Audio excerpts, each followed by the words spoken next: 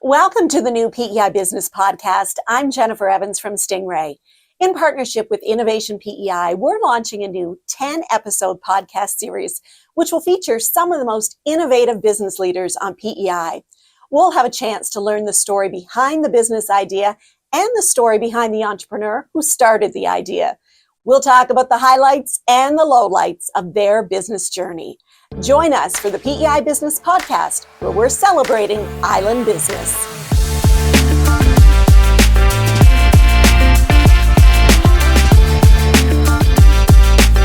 Well, our first guest on the new PEI Business Podcast is Jordan Rose. And Jordan is the co-founder and CEO of Tracktile. And we welcome you to the new PEI Business Podcast studio. You are our very first guest, Jordan. How's it feel? This is also my very first podcast, okay. So this feels phenomenal, and I'm very happy to be here. So because we are filming in the Stingray studios, and we are most known for our music products, our first questions will give us some insight into who Jordan Rose is. Mm-hmm. Tell me your all-time favorite concert. I haven't been to a whole lot of concerts, but my wife bought tickets to see Noah Kahan in Ottawa. Oh. So we went to that concert, and it was, I was surrounded by a lot of teenage girls, but that's okay. It was a lot of noise and a lot of fun. Awesome. Yep. That's a good answer. We're going to ask everyone this question, and it'll be interesting to see the diversity between business owners, who's interested in what. Yeah. Now, Jordan, Tracktile is a business name that most of us on PEI are not familiar with. You don't have a physical storefront here. You're not in mainstream advertising. So can you kind of give us the 30-second elevator pitch of who and what is Tracktile? What do you sell, and who are your customers? Yeah, absolutely. So we help small to medium-sized food and beverage manufacturers streamline their operations, and we do this with the help of AI. So what I like to say is when you're at the grocery store and you put products in your cart, 90% of those products are made by small to medium-sized food and beverage manufacturers, like mom and pop shops, local-owned businesses, and they need the most help, right? They're a group of manufacturers that can't afford the best technology out there. So Tracktile exists today to give them the tools they need to understand their costs, how their raw materials make their finished products all the way through their facility. So it gives them full visibility into what happens inside their plant so they can become more profitable and grow the business. So when did you start this? Yeah, how long have you been going? It's been a few years. Yeah. I started the business back in 2021 is when we really started to formulate the idea of what Tracktile could be. I was building expensive ERP and type software for the seafood industry and the potato industry. And I saw a real, space in the market for the small to mid-size manufacturer to adopt really, really valuable technology. So I started in 2021. We really went out full time, my co-founder and I, Jared, in 2022, the middle of 2022. And from there, we've been doubling our business every year, and we actually 5X'd our business over 2025. And we're looking to 5X again over 2026. It's just been a roller coaster of growth. So most of your customers, where are they? Right now, we are coast to coast across Canada. Okay. We're in Newfoundland and Labrador all the way to Vancouver Island. And we're in 14 U.S. states. Most of our customers exist off Prince Edward Island. Right. We're obviously still looking, to help people on PEI, but it looks like the vast majority of the food manufacturing that happens in North America is obviously off of Prince Edward Island. But it's all over. So how are you sourcing customers? How do you start when you're sitting here in PEI and you're trying to take this company and make it North American? Yeah, when we started the business, Jared and I, we cold called 300 manufacturers just out of the blue to ask them questions, to get their advice and feedback on the thing we wanted to build. Then we got to building with the advice and feedback we got from the market. We got our early customers on just through cold outbound, just reaching out and saying things that resonated with them. And they bought in as early adopters to the product and the platform. And we started to grow from there. Right now we have advertisements happening on Meta, but it's all still pretty well cold outbound, emailing and phoning these manufacturers to get them interested in Tracktile. So you're really obviously impressing upon them, you have a solution to their problem. Yes, yeah. When we call them up, we're not just asking them generic questions. We say, typically we see plants of your size facing these two challenges. Does that resonate with you at all? Usually it does, because we've learned from thousands of conversations with food and beverage plant owners, and team members.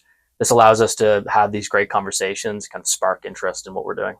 So are because you're dealing with small and medium-sized manufacturers and processors, does AI terrify them? Are they going, oh gosh, what's coming at us next? We need help, and you're really coming in with the solution? Or yeah, this is an interesting topic and point. I think most businesses, and especially manufacturers, are looking at AI and how it can help them, and some are just downright terrified. They think it's going to take their jobs away and whatnot.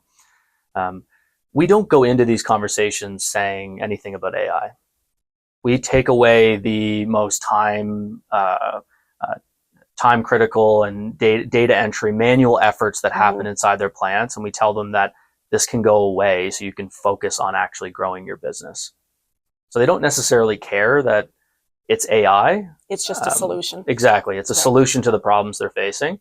And AI is behind the scenes, making it better, making it faster, and helping them run their business.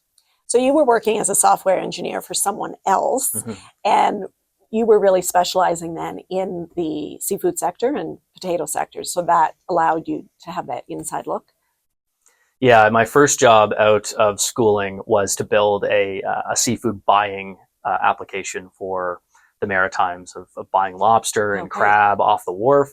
They needed a way to track what was coming in and how to pay their fishermen. Those fishermen are seen as self-employed, and they have different tax rules. So I helped build that system, and then a traceability system for the lobster industry, and then like sensor systems and tracking systems for the potato industry. I really got my start there, and then I jumped around to a few other places to work in financial services and insurance, but I always knew that I wanted to start my own business, and food seemed like the best place for me, because that's my background and my history. So when did you finally make that decision of, I'm going to move from employee to employer? I've always kind of been doing my own thing on the side. I've had a ton of side hustles. I even started a bakery. We were in 6 stores and sold our baked goods all across the island. That ended up not working out, as well as a bunch of my other initiatives that I've tried. But I was always putting in time after work and before work on my own side hustles. Tracktile really was that spark of entrepreneurship for me. I always knew I wanted to be an entrepreneur. I was just figuring out how to make it happen. Right. And Tracktile was able to be that thing. So if folks are paying attention, your last name is Rose, which is a very family name known for its entrepreneurship in PEI. Tell us a little bit about your family and the DNA that you have to be that entrepreneur. Yes. Growing up, everyone around me was running their own businesses, from a restaurant to a seafood wholesale and retail company to a lumber and flooring company, production studio company, you name it. I mean, almost every member of my immediate family and aunts and uncles, my parents, were running their own business. So I had those role models growing up, and that's what I was surrounded with. So my parents own MR Seafoods, which is over near Walmart, and Greta and Kathy and Martinez. And it's an amazing family of entrepreneurs. Every single one of them are entrepreneurs. Yeah. So what are family get-togethers like? Is there anything other than business that's talked about?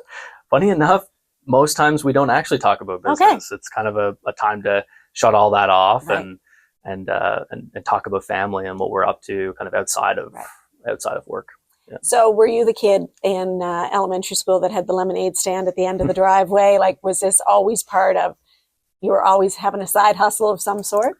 Yes. My dad taught me the value of money first by making me go sell fish door to door. Ooh. So he would drive me around the neighborhood, and I would sell haddock and hake door to door, and I would bag it up and sell it and take the money. And I went back to the car at the end of the day, and I had $200 in cash. And I was like, this is amazing. I have $200. And he's like, well, no, you have to pay me for gas and the raw materials. I had to buy the fish. So that's $150. Right. So I had $50 at the end of the day. So for a day of yes, door-to-door yeah, fish sales. 100%. But that lesson really stayed with me. Kind of the value of money, the value of hard work. So that selling fish door to door, I used to go over to neighbors' houses and ask them if I could shovel their driveway all winter. And obviously I asked for some money until my mom found out that I was asking neighbors for money. She kind of put a kibosh to that. So I've always been trying things. Yeah. The door-to-door fish sales really prepared you for cold calling. It 100% did. Right? Yes. Because if you can do that, you can pick up a phone and call just about anyone to provide a solution. Yes. It was one year I went to the doctor for a checkup, right? And I was this timid, shy kid. And the next year after doing this for a year, the doctor was like, this is a totally different kid. I came out of my shell. It really helped me, be able to talk to people. And I used to walk up to the door and say, would you like some hake? And they thought I was saying cake because I was just too timid. So how old were you when you were doing this? I was, I think, 9 or 10. Oh my gosh. Yeah, 9 or 10. That's a great confidence builder. Yeah, and then I started washing dishes for my on my mom's side. They ran a restaurant. I started washing dishes in the back. I've just always been doing things ever since I was around 9, 10 years old. So this was your destiny. I think so. You were absolutely going to create a business. Yes. So today, Tracktile employs 22 people. Yes. And a lot of those folks are actually based here in PEI, despite the fact most of your business is outside of the region. Why did you pick PEI as your home base? For us, it seemed natural. A big part of our growth story as Tracktile is delivering unbelievably high quality customer service. And that's just in the blood and DNA of Islanders, is to be friendly, hospitable. So that's where we got our start. And the team just grew from there. We've actually not had any challenges when it comes to hiring great talent. There's a lot of phenomenal people on Prince Edward Island. I think the only thing that will make us move off of PEI in terms of hiring is if we need to service the West Coast of North America and we just need people on the other side of the country. Yeah. But our home base and HQ is on PEI, and we're in the Foundry. So we've got an office in the Foundry building in downtown Charlottetown. Awesome. So when we hear stories of, sometimes there is opposition. Well, we're such a small province. Workforce is a challenge. You've seen beyond that and said, no, there's some amazing people here. Yeah, absolutely. I mean, we've got some great companies here. We've got Spry Point, we've got Stemble, we've got Discovery Garden, we've got other great tech companies here on Prince Edward Island, but just look across the water at Newfoundland and Labrador, like Colab and Spellbook, and some of these technology companies that have raised hundreds of millions of dollars and employ hundreds of people. I think Newfoundland and Labrador have just as many challenges with quote unquote what people believe as talented individuals, but they've hired great people, and we're hiring great people. They're here. So if you were doing this business before COVID, would there have been so much virtual work as there is today? Has it made it easier that virtual work is so accepted today, and it doesn't matter where we're sitting? Absolutely, especially for the manufacturing industry. To build relationships in manufacturing and in food, you go visit them. You go visit their plant, you walk their facility, and we still do that. But for a lot of companies, it actually accelerated their ability to meet with people online. So it made it normal for people to go on a Zoom call. And that's really helped us with growing Tracktile, because we can have these Zoom calls with manufacturers all over North America. I was a remote employee prior to COVID anyway. So I grew up into that remote work scenario. We now have a hybrid work situation at Tracktile. So people can work from the office when they want to, and work from home when they want to as well. You've also talked a lot about mostly probably because of your family, but your passion for encouraging other Islanders to really take that risk and get into setting up their own business if you have that great idea. Why is that so important to you? I think it just builds so many skills. It allows people to be creative and try things. It allows people to chase their curiosity a little bit. So often, especially When I was growing up, it was go get a university degree, go get a job at a big company. And we're actually now starting to see that working at a startup or starting your own company is not even as risky as going and working at these big companies with all the layoffs happening across North America. I think if an individual wants to grow in more areas than just where they went to school or how they the degree they went and got, starting your own business teaches you a lot about yourself, about life, about how to bring value to other people. It's important. What has been the hardest part of this journey? Well, there's been a lot of hard parts Right. of this journey. We've almost ran out of money. Yeah, that'll do it. A few times. I was an individual contributor, we call it in technology. So I never managed people prior to starting Tracktile. Now I run a company that's 20 some people. So I really had to level up and learn what it is to be, empathetic to somebody's issues and manage them and coach them and learn about who I am as a leader and as a manager. So the things that didn't come natural to me to start were that leadership, management parts. And the other most difficult part was raising money. I had never asked anybody for money. We started the Except company. your neighbors. Yes, exactly. Yeah. That was more like $10. So this was a big learning curve for me to understand what it is that venture capitalists would be interested in the growth of Tracktile and what we're trying to achieve. That was definitely a challenging moment. So for someone who's listening right now and has that great idea and is trying to raise capital, what's the best advice you could give them for don't do this and make sure you do this when you're going to ask for money? Yeah, it depends on the stage they're at, but let's say that there's somebody that's just starting off.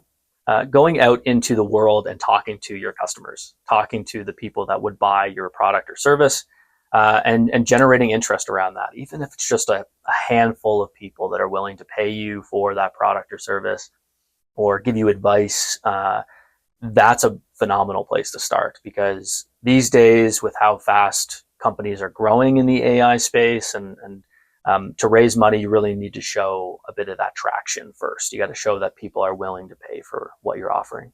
Do you have a lot of competitors in your space? Oh, there's a ton. Yeah, there's a ton. This hasn't actually held us back. I think at the end of the day, the AI tool that we're building within Tracktile is standing on the shoulders of giants that have been here. The manufacturing technology has been around for 20 or 30 years. So we're able to innovate on something that has existed in the ecosystem for many, many years, right? Allowing us to really innovate in this space. And we know that there's a market out there, right? There are people that want our service. We're not trying to chase people and beg them to come on. Competition is healthy, I think. Do you pay a lot of attention to what your competitors are doing? No, I don't. No. I pay attention for the nuggets of learnings that competitors may have done, right? So there's people out there, competitors out there. I'll take a look at what they're doing and posting on social media and kind of pull out some of those really valuable things that they've learned. But outside of that, we're each doing our own thing, and it doesn't pay a whole lot of dividends to just focus on what our competition are doing. I would rather focus on what our customers need and what they're seeing. So you also talk about the government support that you've received here in PEI. How important has that been to really move your business forward? It's been game changing. It's been game changing for us. I don't think we would be where we are right now without the support we've gotten from Innovation PEI to NRC and other programs and groups. Even Propel as well has been a big part of our growth story at Tracktile, which is kind of an incubator accelerator for technology companies. It has allowed us to grow at the speed that we want to grow at. Building technology is often expensive. Going and flying around to these planets is expensive. So the marketing and the travel and the trade assistance has been absolutely game changing for us. And you in addition to the funding, there's the actual business support and guidance that's available there too. And I think you work closely with some of the folks at Innovation to really kind of guide you in those early beginning stages, which also can make a big difference. Yeah, absolutely. We won the Innovation PEI Ignition Fund, early on in our journey. Yeah. And that was a ton of mentorship and coaching and just advice as well. So it's been great. Is there one person in your world that you kind of lean on the most for running ideas by, or what do you think about this? Should everybody have that one person, or do you have a group of people? I have a few people that I bring ideas to. I don't know if this is a good thing, but I've tended to just run it myself. No one in my immediate family has built a technology Right. company. So going and asking for advice around a growth tech startup, I can't get a whole lot of that from my immediate circle. But I have surrounded myself with kind of mentors that don't know they're a mentor of mine. Dan Martell he grew up in Moncton and is now worth hundreds of millions of dollars. I follow a lot of his content online and have listened to him speak. I go searching for the nuggets of truth out there, and I read a ton of books. There's always good idea. In every book. There's always one thing you can take away. Absolutely. What is the one thing that kind of gets you up every morning, gets you excited about Tracktile, and can't wait to get back there today? I see it as less about what excites me about Tracktile specifically, but it's about the journey that I'm on and the journey that Jared, my co-founder, is on through this process. Tracktile is the vehicle that we're in, and it's allowed us to become, the people that we want to become. I think starting a business is that. You get to learn a lot about yourself, and there's a lot of growth to be had. That's what keeps me getting up every morning and just putting in the work for Tracktile. Is I could be working for somebody else. I could be working on a business that doesn't add, a whole lot of value to the world. And I think for me, the food industry is incredibly, how do I put it? It's like there's a lot of merit in food, right? Like it's the backbone of the world. It's feeding the world, and 90% of those people that make our food products are small to mid-size plants. So I just wake up and I want to do my best for my employees, for my customers, and I'm growing a ton in the process. So I'm just super happy. So what is the customer? How long do you work with one particular customer? Is it for life? Is it for the install? How does that part work? Yeah, so our product is something they use every single day. Okay. So we have a dedicated team of people that learn their business and take all their products and do the data entry into the system for them.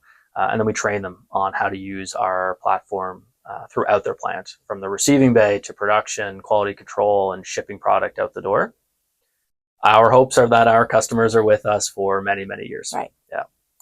What is next for Tracktile? Where do you see it in the next 5 years? I see us expanding all across North America and into Europe. There's so many food companies outside of North America.